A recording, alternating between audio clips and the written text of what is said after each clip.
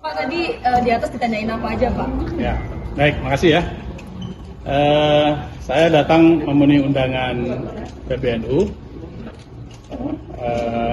Dalam hal ini PBNU mengundang saya sebagai amanah dari Kernas PBNU beberapa waktu yang lalu, pleno PBNU yang ingin mendalami masalah hubungan NU PKB yang memanas akhir-akhir ini. Ya.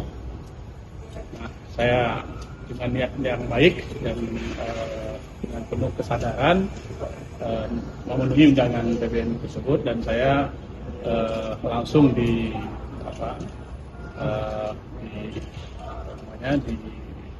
forum itu dipimpin oleh Pak Kiai Amin Syed Husni sebagai Wakil Ketua Umum PBNU yang diberikan mandat memang oleh pleno untuk memperdalam ini bersama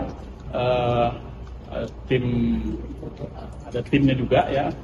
Tadi ada Pak Iksan Abdullah, ada Pak Umar Syah, dan ada Pak Sulaiman Tanjung. Kemudian bergabung juga Pak Imron ya, Pak Imron. Pada dasarnya memang keinginan kuat dari PBNU untuk mengetahui sebenarnya substansi dari persoalan NU dan PKB ini apa sih ya, sehingga kemudian semenjak beberapa tahun terakhir ini, semenjak Pilpres, semenjak Muktamar NU di Lampung, kok terjadi hubungan yang komunikasi yang tidak baik antara PBNU atau NU dengan PKB. Banyak komentar-komentar dari Caimin, banyak komentar-komentar dari politisi-politisi PKB yang itu tidak bagus, ya, tidak bagus komunikasinya. Macam lah, kita semua sendiri tahu lah ya komentar apa saja ya, yang tidak bagus gitu. Nah, saya menjelaskan bahwa memang secara sistematik ya, ada problem yang sangat mendasar. Ya, problem yang sangat mendasar itu adalah problem di mana PKB di bawah kepemimpinan Caimin ini secara sistematis mengurangi peran-peran dan kewenangan dari para kiai. Ya. Bahkan formalnya Muktamar Bali itu menghilangkan sebagian besar kewenangan dari Dewan Suro. Ya. Kalau dulu PKB itu mandatori dari Muktamar itu adalah Dewan Suro. Kemudian Dewan Suro lah yang kemudian memberikan persetujuan kalau ingin mengangkat ketua umum siapa, si A, si B, atau si C gitu ya.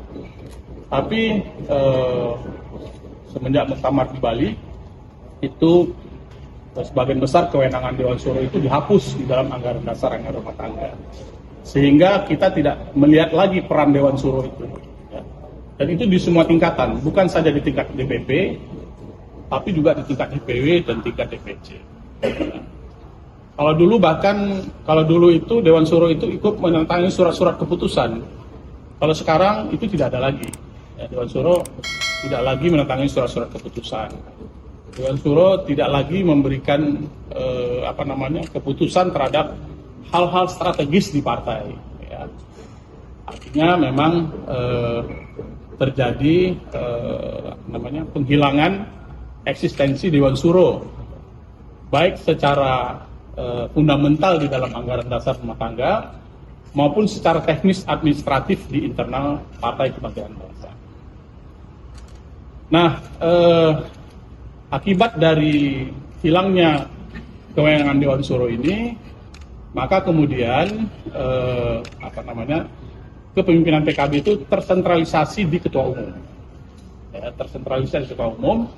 Bahkan anggaran dasar rumah tangga hasil Muktamar di Bali itu secara eksplisit menyatakan bahwa ketua umum itu punya kewenangan yang luar biasa.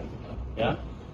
Bukan saja menentukan kebijakan-kebijakan partai yang strategis, tapi bahkan bisa memberhentikan DPW, bisa memberhentikan DPC tanpa ada musyawarah wilayah maupun musyawarah cabang. bahkan bisa menegasikan hasil musyawarah cabang dan hasil musyawarah wilayah. Jadi kewenangan tersentralisasi di ketua umum.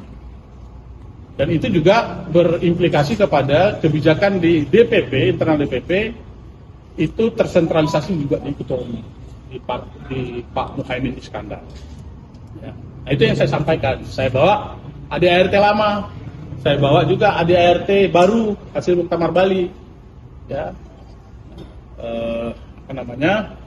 untuk bisa jadi bandingan bagi PBNU untuk membandingkan kira-kira pasal-pasal mana yang dihilangkan berkenan dengan menghilangkan eksistensi Dewan Suro. Padahal kita ketahui bahwa PKB itu ruhnya adalah di ulama, ya, ruhnya PKB itu adalah di kiai. Sejarah pembentukan PKB itu, ya, sejarah dibentuk oleh PBNU, dibentuk oleh para kiai. Tim 5 itu terdiri dari para kiai. Ya. Jadi ruh dari PKB itu adalah para kiai. Apa sekarang justru eksistensi PKB itu, eksistensi Dewan Suro, eksistensi kiai itu malah dihilangkan.